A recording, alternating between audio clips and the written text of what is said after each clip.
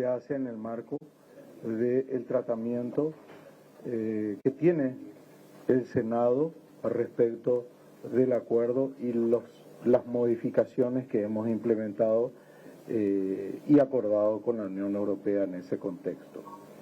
A mí me gustaría dar la palabra al señor Ministro de Educación, en primer lugar, sobre los aspectos vinculados con esas modificaciones, pero antes de concluir mi intervención, hemos señalado que estamos dispuestos a trabajar con las distintas comisiones del Senado para poder avanzar en la interpretación adecuada de este convenio que suscribimos. Ministro, ¿qué se cambia del texto anterior?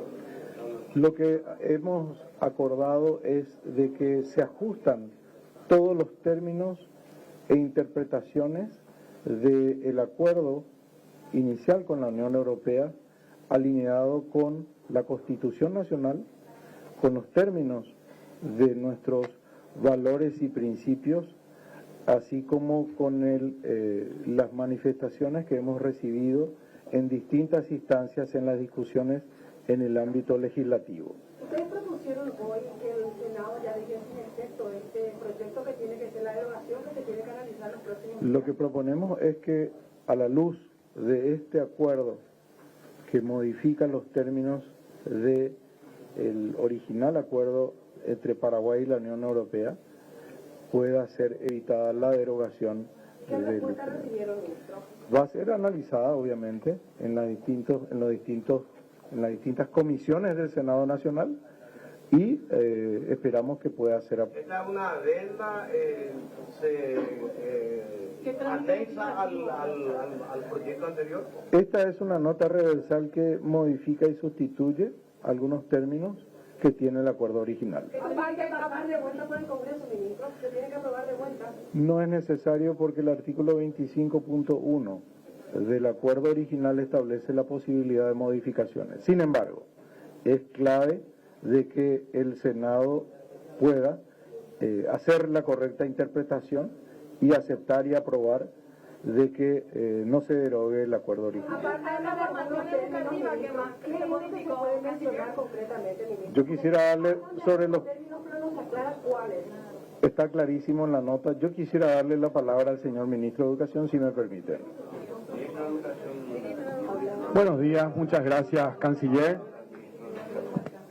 Para hacer un poquito de énfasis sobre algunas de las modificaciones que se introduce, ya no hablamos de transformación educativa, hablamos de fortalecimiento del sistema. Y no es solo un cambio en la terminología, es un cambio en lo que se va a hacer a partir de ahora. ¿Qué quiere decir eso?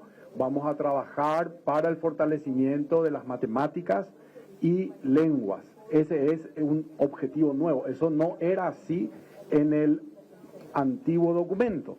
Y además se estableció claramente cómo se va a interpretar aspectos vinculados, por ejemplo, al artículo 46 de la Constitución Nacional, que habla de la igualdad de las personas, el 47 de las garantías de la igualdad, el 48 de la igualdad de los derechos del hombre y de la mujer, artículo 49 de la protección a la familia, artículo 50 del derecho a constituir familia, el 53 de los hijos, el 54 de la protección del niño y el 75 de las responsabilidades educativas. Estos artículos son los artículos que rigen cómo vamos a entender, cómo vamos a interpretar cuando hablamos de género, de familia, de todos los temas que en el acuerdo existan. Su marco interpretativo es la Constitución Nacional específica y explícitamente estos artículos. O sea, está todo muy claro y el proyecto educativo llamado transformación educativa no se da, quedó en otro espacio, en otra instancia.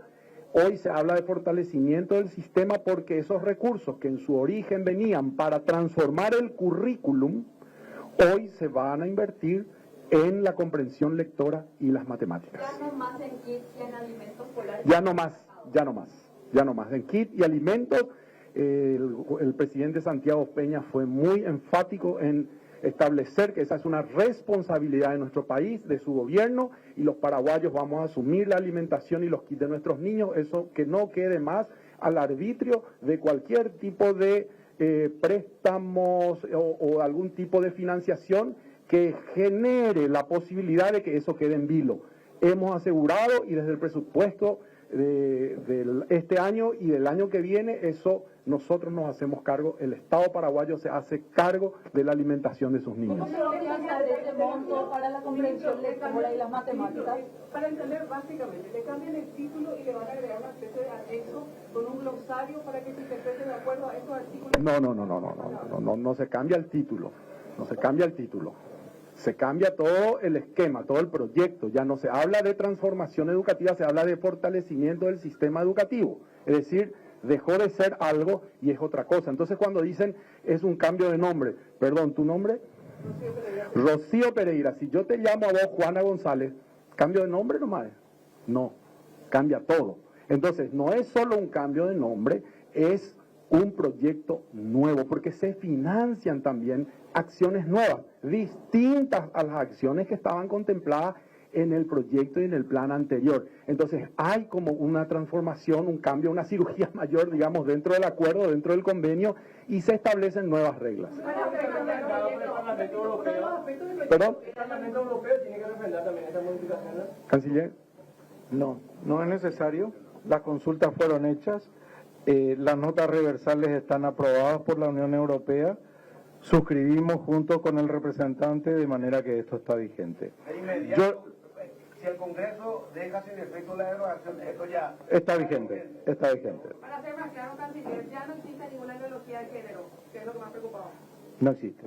Una de las preocupaciones del acuerdo que está en discusión era que trataba justamente de trabajar con las mujeres que eran discriminadas en el sistema educativo, por eso se hablaba de perspectiva de género. Las mujeres que no podían terminar el colegio, que quedaban fuera del sistema educativo. ¿Ese aspecto queda fuera de las prioridades del acuerdo con la Unión Europea? Eso queda fuera del acuerdo. Hoy lo que nosotros trabajamos y vamos a trabajar tiene que ver y está vinculado específica y taxativamente al fortalecimiento del sistema educativo paraguayo. Si dentro de ese fortalecimiento después existe alguna actividad o alguna acción, va a ser entendida en estos marcos o presupuestos de la Constitución Nacional. ¿Quiere decir algo? ¿Cómo van a utilizar estos fondos, ministro? ¿Qué van a comprar para apoyar la comprensión lectora, la matemática? Está muy bueno. Yo mal haría hoy en lanzar ese proceso porque tenemos que hablar con los senadores.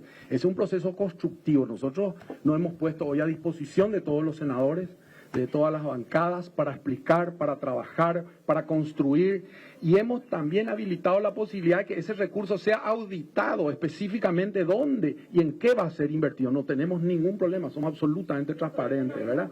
Pero hoy hay un proyecto base, pero yo mal haría hoy en presentar el proyecto, sería como una falta de respeto al proceso que se viene haciendo, porque además es un trabajo que queremos hacer con todos. Esa es una pregunta muy interesante, porque cuando se habla del dinero, el recurso, es como que hay un gran recurso. El recurso que quedaría de libre disponibilidad, porque hay que entender, tiene una complejidad. Hay parte de ese recurso que ya fue destinado a cumplir con un presupuesto pasado del año 23 y parte del año 24, donde nosotros no tenemos ninguna posibilidad de intervención. El recurso a futuro que queda disponible es de 8 millones de euros. Poquito más, un poquito menos, según se pueda ir haciendo algunos ajustes. Entonces, ese es un detalle a dejar muy en claro, porque en un presupuesto del Ministerio de Educación de 1.250 millones de dólares, 8 millones, y realmente estamos muy agradecidos, y todo recurso suma, pero no tiene una trascendencia que a veces se le quiere dar a ese recurso, ¿verdad? ¿De dónde van a sacar el dinero para las viviendas escolares que cubría este dinero? Eso es realmente una ingeniería extraordinaria que está haciendo el ministro de Economía y su equipo. Pero hay ¿Sería Ministerio de Educación, Gobernaciones? ¿Quién se daría cargo de esos pagos? Y hasta hoy funciona la alimentación, hasta no ser que se cambie la ley, hoy está en manos de las gobernaciones y los municipios, y solamente capital le toca al Ministerio de Educación. A no ser que que se modifique la ley. Mi criterio es que tenemos que hacer un estudio de cómo está funcionando. Mi idea primaria sería que en vez de tener más de 280 licitaciones de alimentos en toda la República, tengamos 18 o 17. Hay un grupo de diputados que está estudiando, que está haciendo un análisis de ver qué se hace con esa ley del FONACIE, si conviene, si no conviene, si va a ser, pero ese, digamos que es otro punto muy interesante y muy vinculado. Canciller. Yo no sé si quería agregar algo, ministro. Si no, le pediría yo excusas porque tenemos Consejo de Ministros que estamos atrasados. Muchas gracias por su atención. Muy buenos días. Las palabras entonces de los ministros de Educación y también el Canciller Nacional respecto a esto que acaban de entregar aquí en el Congreso Nacional, las notas reversales que estarían modificando el convenio original con la Unión Europea. Ellos dicen que no se trata solamente de un cambio de título, dicen que es ya un cambio general y que se habla incluso de una transformación mayor respecto a estos diferentes proyectos. Ellos entregaron aquí al Congreso Nacional estas modificaciones, dicen que ya está vigente, pero depende todavía de que el Senado pueda rechazar la derogación de este proyecto. Recordemos que continúan justamente ellos teniendo que estudiar esto, considerando que tienen un límite de tan solo 90 días. Una vez que se deroga esto entra en vigencia de manera automática, es al menos lo que decía el Canciller Nacional, Mabel, compañero.